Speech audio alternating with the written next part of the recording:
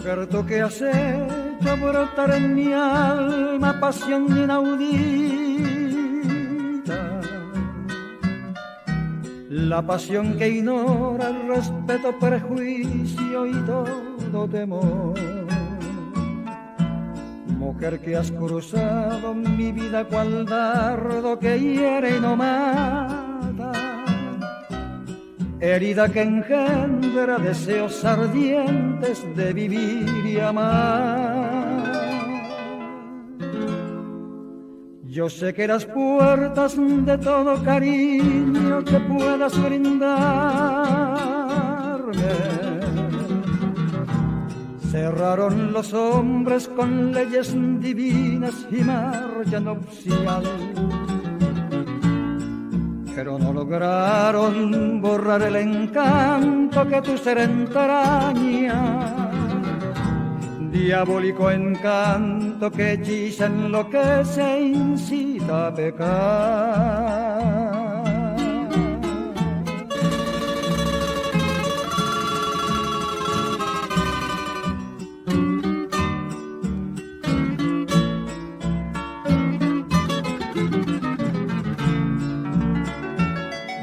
No puedo, señora, negar que perturbas todos mis sentidos,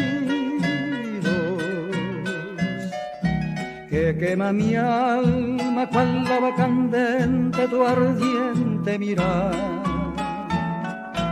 Y esa rosa roja que ostenta tu boca cual puente de embrujo, que es gloria y pecado, tentación de dicha que quiero olvidar. Yo sé que los hombres con sus leyes frías harán mi condena, porque este cariño que siento por ti jamás morirá.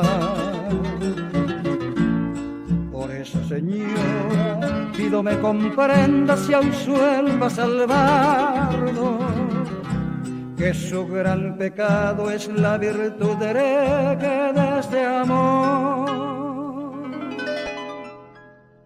prohibido.